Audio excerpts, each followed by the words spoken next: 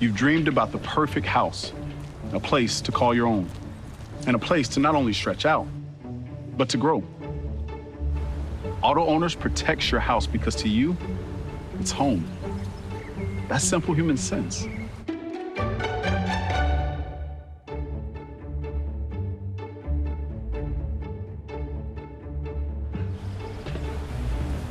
Happy to help, man. I was just over there talking to myself anyway.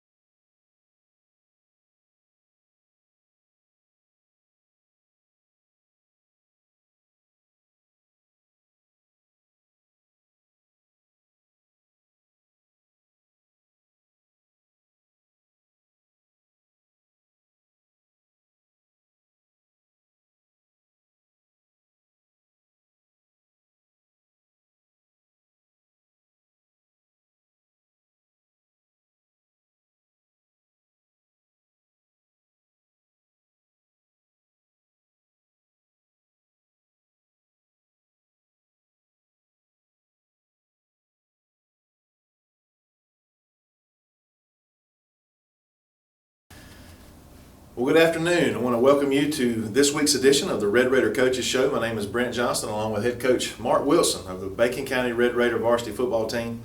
Coach, glad to have you again here this week, as always. Well, thank you, and thank you for doing this. Well, I appreciate that. We try to do our best to market our program and programs as BCTV, Red Raider Broadcasting, as we call it, try to showcase everything, specifically varsity, but with some additional cameras and stuff, I'm able to, like this afternoon, we'll be able to broadcast the JV football. We did middle school yesterday. So we try to do what we can for these kids in our community, so I do appreciate it. We were talking just a moment ago, these short weeks, we had a holiday. Well, you didn't have a holiday. I think y'all had practice on Monday, but we were off on Monday. But these 4-day weeks as teachers, it sometimes feels like 6 days. Yeah, exactly. It comes quick. It does come quick, and again, it just seems like it takes a little bit longer to get to that next weekend. Right.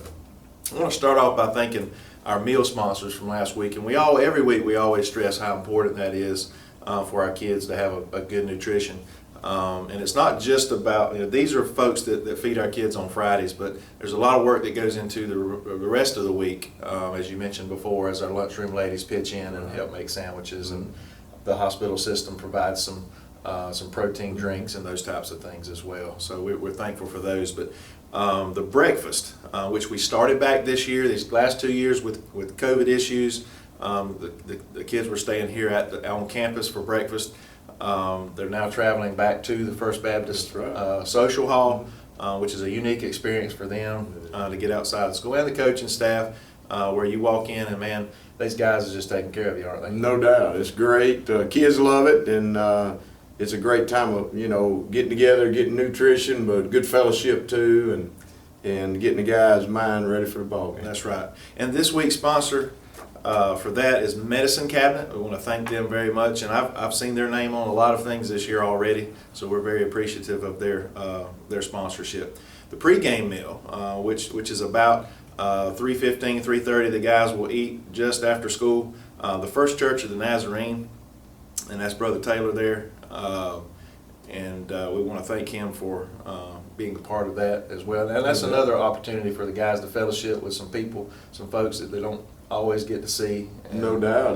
They come in and, the churches bring their youth pastor, or the pastor, and give us a word before. And it's been very good word of inspiration for us, and kids have really enjoyed it. But it's time, like you say, to get together and focus on the game, and we like to keep them here. Yes. Don't let them go off campus and things like that. So, all those little things, and the people that donated, it's a big help to us. Well, let me ask you this: what's the schedule like after you eat? What happens leads up to? Yeah, we usually go, and after we eat, give them a little break, go to the bathroom, and then we do a walkthrough before each game to make sure mentally we do it and walk through things, and then we dress and tape and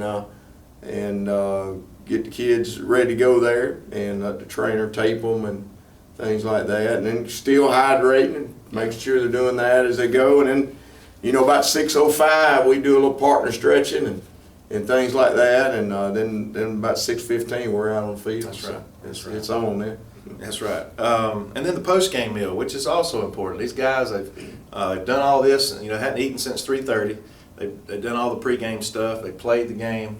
And now it's 10:30, 11 o'clock at night, and they need a little nourishment there too. And we want to thank Brown's Landscaping for providing that meal, so these guys can take it home, or do they hang around, or they can take it with them? They can take it with them. Okay. We get them there, and they take a plate out. Some of them eat there, some of them, some of them take it with them. But a lot of people think you just show up and the game's over when you leave, but we're there till 2 or 3 hours after, either cleaning clothes, washing clothes, feeding the kids, and my coaches do a great job of that. So, and that's another part of the unseen things that a coaching staff does, and a lot of unseen things. Oh, yeah. People in the community only see them on the sidelines for about 2.5 hours. That's right.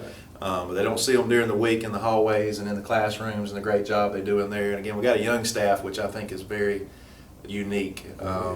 We got a seasoned coach, there you go. Head coach, but we got some very excited, and you can tell on the sidelines how they they just their enthusiasm, and I think that rubs off on the kids, and that's going to be a real big plus moving forward.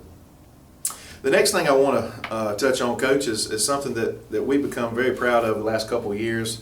I'm not even going to mention the names of the 3 to 5 people that, because I'll miss somebody, that had a dream and a passion to start recognizing past specifically football players of Bacon County High School, to create something called, we've heard about Hall of Fame. A lot of communities, and you see it on a state level, a national level, and at all different sporting types as well. But they decided on this Wall of Fame, and if you drive by the front of the stadium, you'll see this Wall of Fame where they've started putting these plaques and engraving these gentlemen's names to give them recognition for the sacrifices as student athletes that they made at Bacon County High School.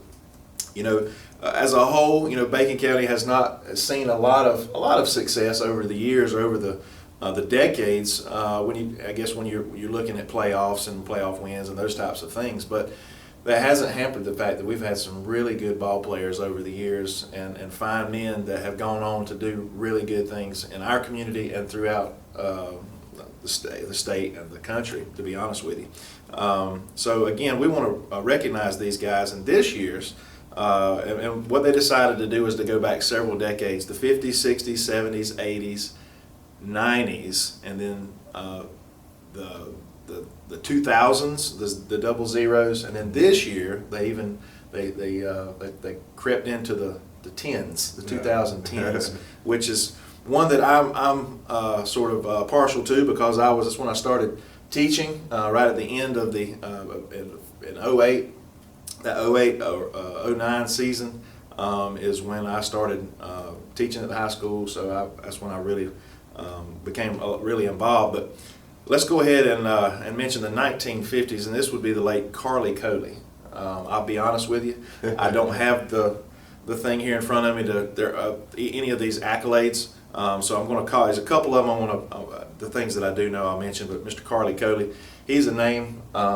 Coley Electric and Plumbing Supply right here in town. He's also, I think, well known for the look that he had as an older gentleman. He had the white beard. He looked a lot like Ernest Hemingway. And I think he may have won a contest down in South Florida, the Keys somewhere. But Miss Lisa will have to verify that for me. But he looked a lot like Ernest Hemingway, the author. In the 1960s, Larry Jones, Mr. Jones, and then the 70s, Mr. Marty Metters. And he was known for. Mr. Marty was a big dude. Okay, he's a big man now. He was a big man when he played football, but he was our kicker. He was the field goal kicker, and he held the record up until just about 5 years ago of a 49-yard field goal for Bacon County. He did that in 1979. Here, I was able to see that 49-yard field goal, and he was one of those straight on kickers. Right. But that was pretty remarkable.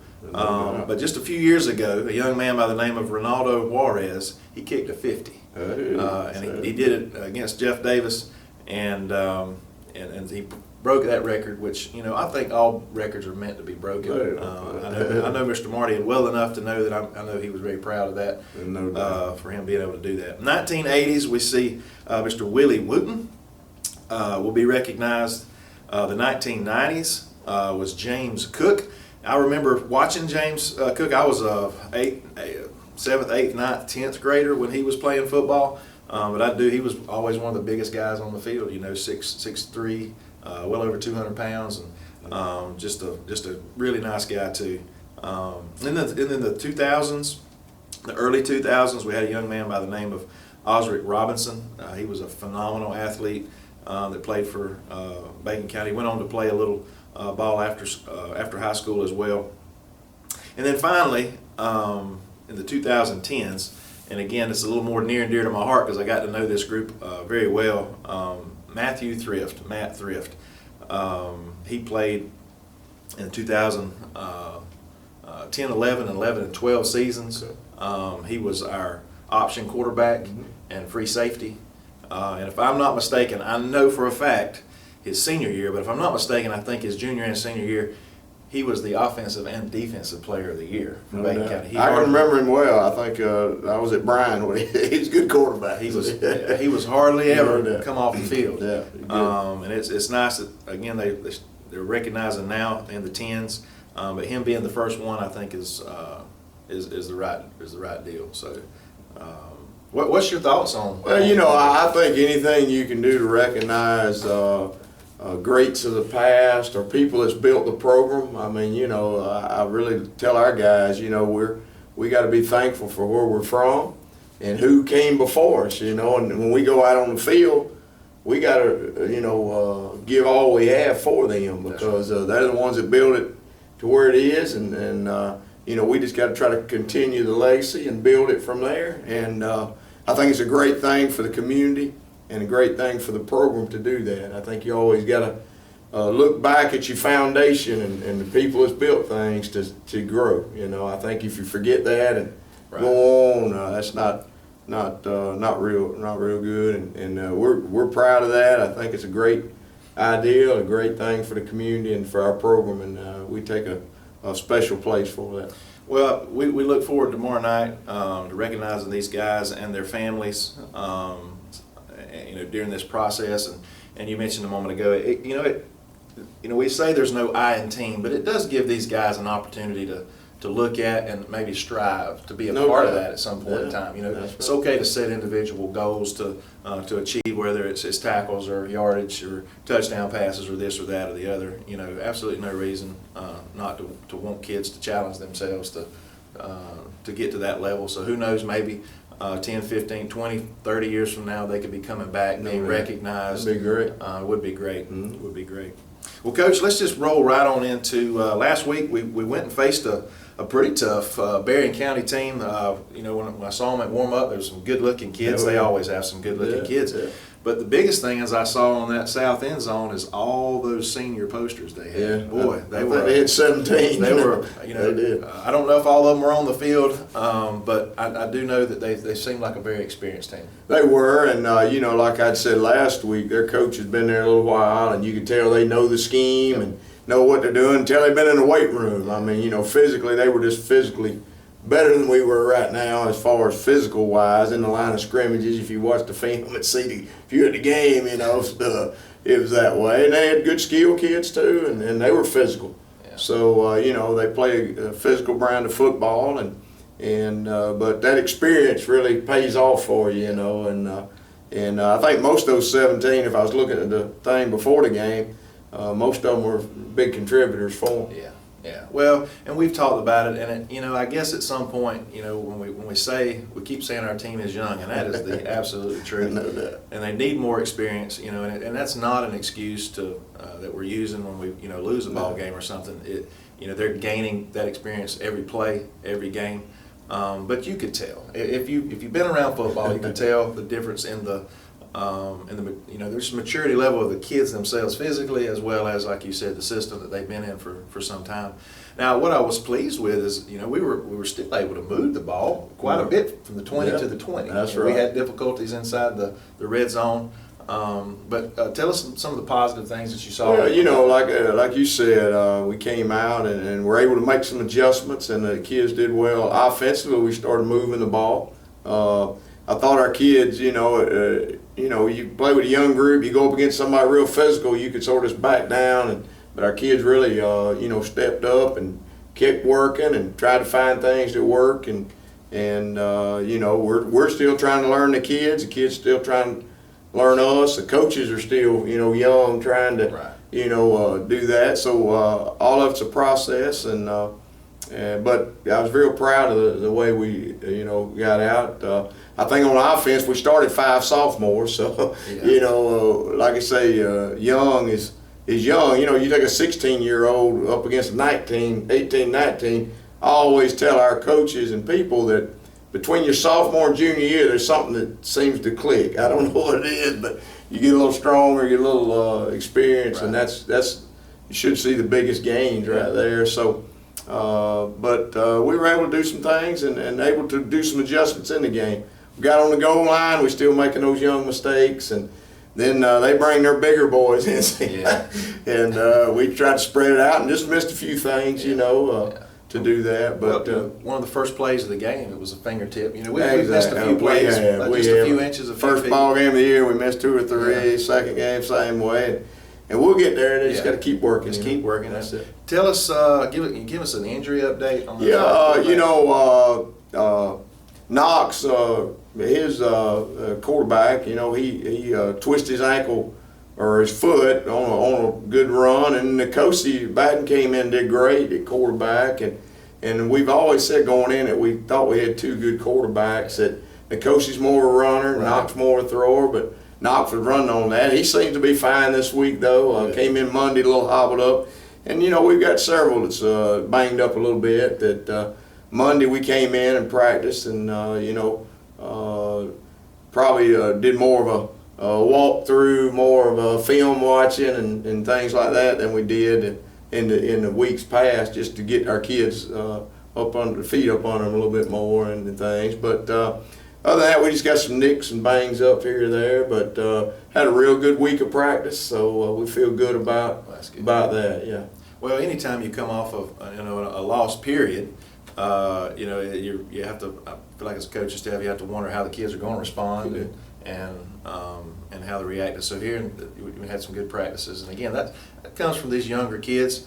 That could be a good thing too. You know, that their attitude is still can remain positive. And we talked last week in last week's show about, and I got a couple comments. They were real glad we talked about it. You know, kids don't see moral victories. You know, they see that scoreboard and we lost or we won. And but when we see improvement on Friday night, we see it. You see it during the practice week.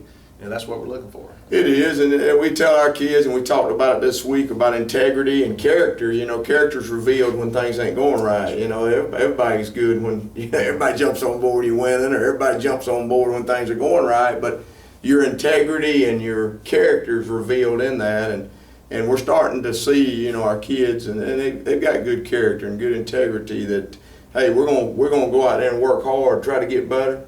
And things ain't always gonna go right, but we got to keep working and keep believing in the process and what we're doing. That's life skills. I mean that's what football and most sports are about. Those of you out in the audience that have participated, even in my classroom in the past couple of weeks, I've really reiterated that you can do all the right things, Coach. You can do everything during the week like you planned, and then on Friday night, or you go to that job interview, or you take that test and you still aren't able to be as successful as you hope to be, and you got to take that and again to and be able to keep moving forward. That's right. Like I said, even when you do the right things, it doesn't always turn out exactly like you want to. No doubt. And it just builds character. You got to keep plugging along, and again, that's in sports, that's in life, that's in wherever. Well, this week we got a big home game. We're coming back. We've already mentioned this is our Wall of Fame game. That, by the way, it will be prior to the game starting. I want to say 7 p.m. I know it's before the game. That's usually about right. It takes about 10 or 15 minutes for the ceremony. So come out a little bit earlier to witness and be a part of that program. But we're hosting Atkinson County, ATCO. And tell us a little bit about what we can expect from ATCO. Yeah, ATCO, they struggled a little bit early, but they had a big win last week against Telfair. Telfair probably had a real great team, and but ATCO came out last week. They're going to be physical. They're going to be. They got a big old fullback, about 250 pounds, 240. They run a wing T, which I don't know if our boys have seen it too much, and not people ask them. They said, "You see the wing T on Saturday or Sunday?" No, nobody runs it anymore except in high school. So, that they do a good job in it, and they play real physical. Their defense. They run a 3-4, 4-2-5 kind of deal, and they pin their ears back and try to get after it. So we're gonna have our hands full. They're gonna come in with a lot of confidence, getting a good big win, and we'll have our hands full. But we look forward to the challenge. Well, what can we expect? Anything? I know that Cozy, prior to the season, you had a package for him, I'm sure, for different situations. Or, the fact that he came in and showed some success, will we possibly see him a little bit more? We're probably going to play him about even. I'll be honest with you. We try to do package. He plays defense too, so that he got wore out a little bit toward the end of the game, and so we try to play both to do that. Knox was actually playing real well when he went out, and so we were moving the ball, and then the coach just gives us a little, a little bit more option package, that we can run with him, and so we're gonna have both ready to go, and we'll go out there and whatever's. Be honest with you, get in the game, and some things might work better than others. So we try to the first half see what sort of might work and what might not. Try to get in a lot of things to try to figure out what they're doing. Now the rain's moving in out here, so it may be an old slobber knocker to get in there and go, but whatever it is, we've prepared for both. So. And that's something else. Like I said, the rain's supposed to start this evening actually, and kind of trickle through the night, and then pick back up in the morning about 8. And it's like 60 to 80% all day tomorrow. Hopefully there's no thunderstorms. Exactly. And maybe we'll be able to get it in on time, or get it in period. But that is always a risk that you take. But Cozy being a senior, he brings a lot of experience. And then Knox is just a sophomore, correct? That's right. First time he's ever started as a quarterback. Exactly. I'm not sure. Knox came over from Appleton County a couple of years ago. I just known him as a baseball player. He played third base. Good looking kid, good size, but he looks pretty poised back there for the Raiders. And he throws a pretty good spiral when he steps into it. He throws a good ball. I got a kid that coached at Taylor, the starting quarterback at Troy, and ATCO went in. He was a sophomore when I got there, and he reminds me a lot of him. Wow. So got a lot of good head on his shoulders. Throws a real good ball, and. Can get us where we need to get to, and like you say, it's a luxury to have Nkosi and him both, at the same time, and that's big for us. And I wanted to comment. I don't point a lot of kids out usually, but for various reasons. But the Richardson kid, I noticed he played a lot of football last Friday night. No doubt. You talking about fired up? That kid was ready to go. Well, defense now. I got. It's funny, you play and you hope you gain your opponent's respect. And Barron's coach texted me Sunday or Monday and said, "Coach, I just wanted you to know." Kids are a lot more physical than they've been being. You got the thing going the right way. Said, tell number one though that he's one of the best players we've seen so far in a while. And Trey came to me in the middle and said, "Coach, I want to get in there on this." So we go down there and tell Coach, "Get you, buddy." So he got on in, and I think the first series he went in, he made 5 tackles. So but he's been a good player. He's worked hard in the weight room. We knew coming in, athletically he was going to be. He's gifted athletic. God's gifted him with athletic ability, and he's just a good kid and hard worker. And well, I could tell he's what I'd like to rub off on more players, no doubt. and really rub off on our whole school as a whole, because of I could tell he was taking pride in what he was doing. No doubt. He knew we were most likely going to lose that ball game in the fourth quarter when we were down. But he was trumping up down that sideline and just biting at the bit to get back in on one side of the ball or the other. I think again, just pride, playing as a Red Raider and not wanting to quit, not wanting to give up, and that was just real fun to see. It was. It's again, that's a testament not only to the kid. But again, I think this coaching staff, they want to play for you, and they'll continue to do that as a whole, and that's what we're excited about. Well, yeah, we are too, and like you say, I failed to mention in the game, Mike Quavius O'Neal on defense.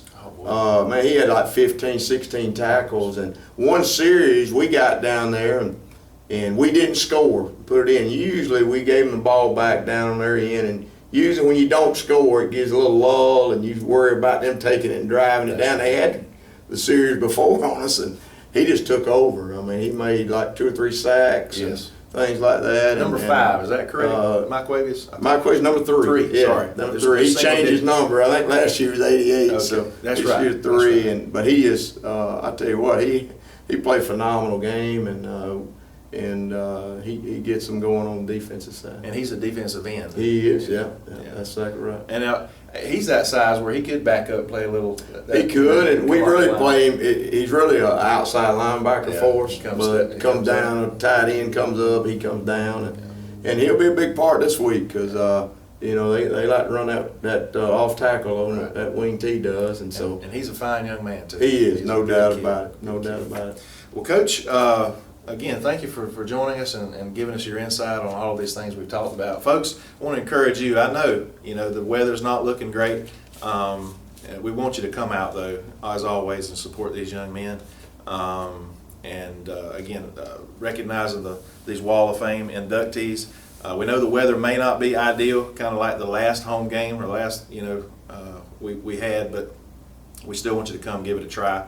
We will be broadcasting live just in case. We want that to always be your second option, especially for home games, for you to come out and again support Raider Nation. So thank you for joining us today for this week's edition on the Red Raider Coaches Show. Again, my name is Brent Johnson along with head coach Mark Wilson.